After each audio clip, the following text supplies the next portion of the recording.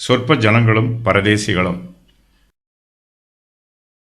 அக்காலத்தில் அவர்கள் கொஞ்ச தொகைக்கு உட்பட்ட சொற்ப ஜனங்களும் பரதேசிகளுமாயிருந்தார்கள். அவர்கள் ஒரு ஜனத்தை விட்டு மறு ஜனத்தண்டைக்கும் ஒரு ராஜ்யத்தை விட்டு மறு தேசத்தார் அண்டைக்கும் போனார்கள். அவர்களை ஒடுக்கும்படி ஒருவருக்கும் இடங்கொடாமல் அவர்கள் நிமித்தம் ராஜாக்களை கடிந்து கொண்டு, நான் அபிஷேகம் பண்ணினவர்களை நீங்கள் தொடாமலும் என்னுடைய தீர்க்கதரிசிகளுக்கு தீங்கு செய்யாமலும் இருங்கள் என்றார். கர்த்தர் இஸ்ரவேலின் முற்பிதாக்களுக்கு தம்முடைய வாக்குத்தத்தத்தை கொடுத்தார். அவர்களும் தேவனுடைய வாக்குத்தத்தம் நிறைவேற்றுவதற்காக காத்து கொண்டிருந்தார்கள். அவர்கள் காத்திருந்த வேளையிலும் தேவனுடைய தெய்வீக பராமரிப்பு அவர்களுக்கு கிடைத்தது. இந்த உலகத்தில் தேவனுடைய ஜனத்தார் எந்த பகுதியில் இருந்தாலும் கர்த்தர் அவர்களை பாதுகாத்து பராமரிப்பார். இஸ்ரவேல் ஜனங்கள் கானான் தேசத்திற்கு போவதற்கு முன்பாகவே அவர்களுக்கு தேவனுடைய உதவியும் ஒத்தாசைகளும் கிடைத்தது. விசுவாசிகளாகிய நாம் பரம கானானுக்கு போக காத்து கொண்டிருக்கிறோம். அது வரையிலும் இந்த பிரபஞ்சத்தில் ஜீவிப்போம். நாம் பரலோகத்திற்குள் பிரவேசிப்பதற்கு முன்பு இப்பிரபஞ்சத்தில் ஜீவிக்கும் காலத்திலும் தேவனுடைய உதவியும் ஒத்தாசையும் நமக்கு கிடைக்கும். கர்த்தர் இஸ்ரவேல் ஜனங்களின் முற்பிதாக்களை பாதுகாத்து பராமரித்தது நமக்கு ஒரு எடுத்துக்காட்டாக எழுதப்பட்டிருக்கிறது. தேவன் தம்முடைய வாக்குத்தத்தத்தில் உண்மையுள்ளவர் என்பதற்கு அவர் இஸ்ரவேல் ஜனங்களை பாதுகாத்து பராமரித்தது ஓர் அடையாளமாய் இருக்கிறது. இஸ்ரவேல் புத்திரரின் முற்பிதாக்கள் கர்த்தரையும் அவருடைய வாக்குத்தத்தத்தையும் நம்பி ஜீவித்தார்கள். புதிய ஏற்பாட்டு காலத்தில் ஜீவிக்கிற விசுவாசிகளாகிய நாமும் தரிசித்து நடவாமல் விசுவாசித்து நடக்க வேண்டும். கர்த்தர் இஸ்ரவேல் ஜனத்தாரை அற்புதமாக பாதுகாத்தார். தம்முடைய தெய்வீக மகத்துவத்தின் செட்டைகளின் கீழே அவர்களை கூட்டிச் சேர்த்து அவர்களை பாதுகாத்து பராமரித்தார். எல்லா மனுஷருக்கும் வருவது போலவே இஸ்ரவேல் ஜனத்தாருக்கும் பிரச்சனைகள் வந்தது. அவர்களுக்கு கஷ்டங்களும் நஷ்டங்களும் வேதனைகளும் உண்டாயிற்று. இவை எல்லாவற்றிற்கும் மத்தியில் கர்த்தர் அவர்களோடு கூட இருந்தார். தேவனுடைய வாக்குத்தத்தம் இஸ்ரவேல் புத்திரரின் முற்பிதாக்களுக்கு உண்டாயிற்று. ஆபிரகாம், ஈசாக்கு, யாக்கோபு ஆகிய முற்பிதாக்கள் மற்றவர்களை விட இங்கு விசேஷமாய் சொல்லப்பட்டிருக்கிறார்கள். தேவன் அவர்களுடைய கர்த்தராய் இருப்பார் என்னும் வாக்குத்தத்தம் அவர்களுக்கு திரும்ப திரும்ப கொடுக்கப்பட்டது. இஸ்ரவேல் ஜனங்கள் தேவனை தேடவில்லை, ஆனாலும் தேவன் அவர்களோடு கூட இருந்தார். இஸ்ரவேல் புத்திரர் தேவனுடைய உதவியை எதிர்பார்க்கவில்லை, ஆனாலும் தேவன் அவர்களுக்கு அநேக அற்புதங்களையும் அடையாளங்களையும் செய்து உதவி செய்தார். இஸ்ரவேல் ஜனத்தார் அக்காலத்திலே கொஞ்ச தொகைக்கு உட்பட்ட சொற்ப ஜனங்களாய் இருந்தார்கள். அவர்கள் பரதேசிகளைப் போல ஓரிடத்திலிருந்து மற்றொரு இடத்திற்கு அலைந்து கொண்டிருந்தார்கள். ஆபிரகாம் ஒருவனாய் இருந்தான் என்று வேதத்தில் சொல்லப்பட்டிருக்கிறது. உங்கள் தகப்பனாகிய ஆபிரகாமையும் உங்களை பெற்ற சாராளையும் நோக்கி பாருங்கள். அவன் ஒருவனாய் இருக்கையில் நான் அவனை அழைத்து அவனை ஆசீர்வதித்து அவனை பெருக பண்ணினேன். ஏசாயா 51:2. இஸ்ரவேல் ஜனங்கள் சுயதேசம் இல்லாத பரதேசிகளாய் இருந்தார்கள். அக்காலத்தில் அவர்களை யாரும் மதிக்கவில்லை. எல்லா ஜாதியாரும் அவர்களை ஏளனம் பண்ணினார்கள், தூஷித்தார்கள். புறஜாதியார் மார்க்கத்தை விட இஸ்ரவேல் ஜனத்தாரின் மார்க்கம் பரிசுத்தமானது. ஆனால் யூத மார்க்கத்தின் பரிசுத்தம் புறஜாதியாருக்கு புரியவில்லை. இதனால் அந்நிய ஜனங்கள் அவர்களை ஒரு காட்சி பொருளைப் போல பார்த்தார்கள். இஸ்ரவேல் ஜனங்கள் கர்த்தரை ஆராதிப்பதை வேடிக்கை பார்த்தார்கள். அந்த துன்மார்க்க உலையிலே அவர்களோட கூட நீங்கள் விழாமல் இருக்கிறதினாலே அவர்கள் ஆச்சரியப்பட்டு உங்களை தூஷிக்கிறார்கள். 1 பேதுரு 4:4. பல வருணமான பறவைகளை எல்லோரும் வேடிக்கை பார்ப்பார்கள். அதுபோல இஸ்ரவேல் ஜனத்தாரையும் அக்காலத்தில் எல்லோரும் வேடிக்கை பார்த்தார்கள். என் சுதந்திரம் பல வர்ணமான பட்சியைப் போல எனக்கு ஆயிற்று. ஆகையால் பட்சிகள் அதை சுற்றிலும் வருவதாக, வெளியில் சகல ஜீவன்களே அதை பட்சிக்கும்படி கூடி வாருங்கள். எரேமியா 12:9.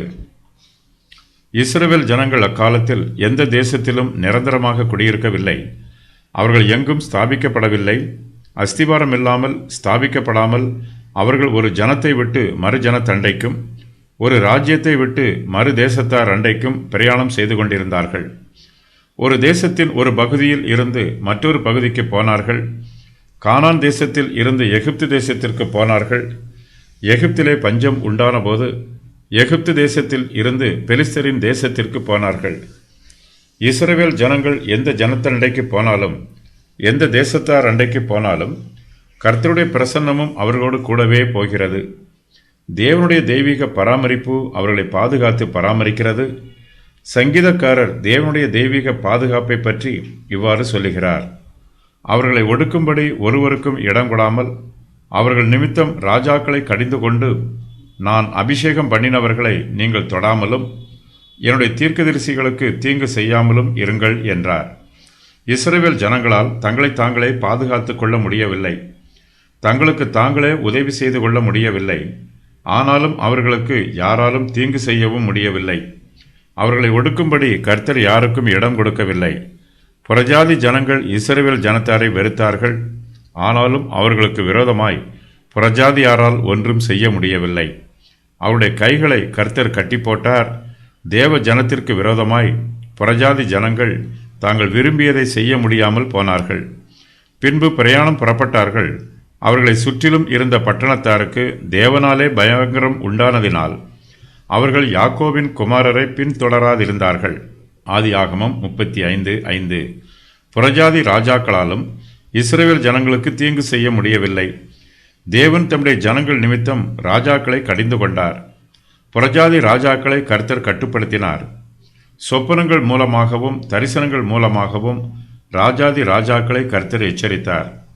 நான் அபிஷேகம் பண்ணினவர்களை நீங்கள் தொடாதிருங்கள் என்றும் என்னுடைய தீர்க்கதரிசிகளுக்கு தீங்கு செய்யாமல் இருங்கள் என்றும் சொல்லி கர்த்தர் புறஜாதி ராஜாக்களை எச்சரித்தார். எகிப்து தேசத்தின் ராஜாவாகிய பார்வோன் ஆபிரகாமுக்கு தீங்கு செய்ய நினைத்தான். கர்த்தரோ பார்வோனை வாதைகளால் வாதித்தார். ஆபிரகாமுடைய மனைவியாகிய சாராய் நிமித்தம் கர்த்தர் பார்வோனையும் அவன் வீட்டாரையும் மகா வாதைகளால் வாதித்தார். ஆதியாகமம் 12:17. கேராரின் ராஜாவாகிய அபிமெலேக்கு ஆபிரகாமுக்கு விரோதமாய் தீங்கு செய்தான். கர்த்தர் அபிமெலேக்கையும் எச்சரித்தார். அப்பொழுது தேவன், உத்தம இருதயத்தோடே நீ இதை செய்தாய் என்று நான் அறிந்திருக்கிறேன். நீ எனக்கு விரோதமாக பாவம் செய்யாதபடிக்கு உன்னை தடுத்தேன். ஆகையால் நீ அவளை தொட நான் உனக்கு இடம் கொடுக்கவில்லை. அந்த மனுஷனுடைய மனைவியை அவனிடத்திற்கு அனுப்பிவிடு. அவன் ஒரு தீர்க்கதரிசி. நீ பிழைக்கும்படிக்கு அவன் உனக்காக வேண்டுதல் செய்வான். நீ அவளை அனுப்பிவிடாதிருந்தாயானால் நீயும் உன்னை சேர்ந்த யாவரும் சாகவே சாவீர்கள் என்று அறிவாயாக என்று சொப்பனத்திலே அவனுக்கு சொன்னார். ஆதியாகமம் 20:6-7. மற்ற தேசத்து ஜனங்களை பார்க்கும்போது தேவனுடைய ஜனத்தின் தொகை மிகவும் சொற்பமாயிருந்தது. இவர்களே வாக்குத்தத்த தேசத்தில் முதலாவது இருந்தார்கள். லோத்துவை சத்துருக்கள் சிறைப்பிடித்து சென்றபோது ஆபிரகாமிடம் 318 யுத்த வீரர்கள் மட்டுமே இருந்தார்கள். ஆபிரகாம், ஈசாக்கு, யாக்கோபு ஆகியோரின் பிள்ளைகளும் சொற்பமான எண்ணிக்கை உடையவர்களே. தேவனுடைய உடன்படிக்கையில் 25 வருஷமாக ஆபிரகாம் மட்டுமே பங்காளியாக இருந்தார். அதன் பின்பு 60 வருஷமாக ஆபிரகாமும் ஈசாக்கும் தேவனோடு பங்காளிகளாக இருந்தார்கள். அதன் பின்பு 80 வருஷங்களாக ஈசாக்கும் யாக்கோபும் தேவனுடைய உடன்படிக்கையில் பங்காளிகளாக இருந்தார்கள். இதற்கு பின்பு யாக்கோபின் 12 குமாரர்களும் அவர்களுடைய குடும்பத்தாரும் வருகிறார்கள். யாக்கோபு எகிப்துக்கு சென்றபோது அவர்களுடைய மொத்த எண்ணிக்கை 70 பேர். 450 வருஷங்களாக அவர்கள் தங்கியிருந்த காலத்தில் இது 215 வருஷங்களாகும். ஆபிரகாமின் சந்ததியில் வராதவர்கள் பரதேசிகள் என்று அழைக்கப்பட்டார்கள். புறஜாதியார் மத்தியிலே இஸ்ரவேலர்களையும் பரதேசிகள் என்று அழைத்தார்கள். அவர்கள் ஒரு ஜனத்தை விட்டு மறு ஜனத்தண்டைக்கும் ஒரு ராஜ்யத்தை விட்டு மறு தேசத்தார் அண்டைக்கும் போனார்கள்.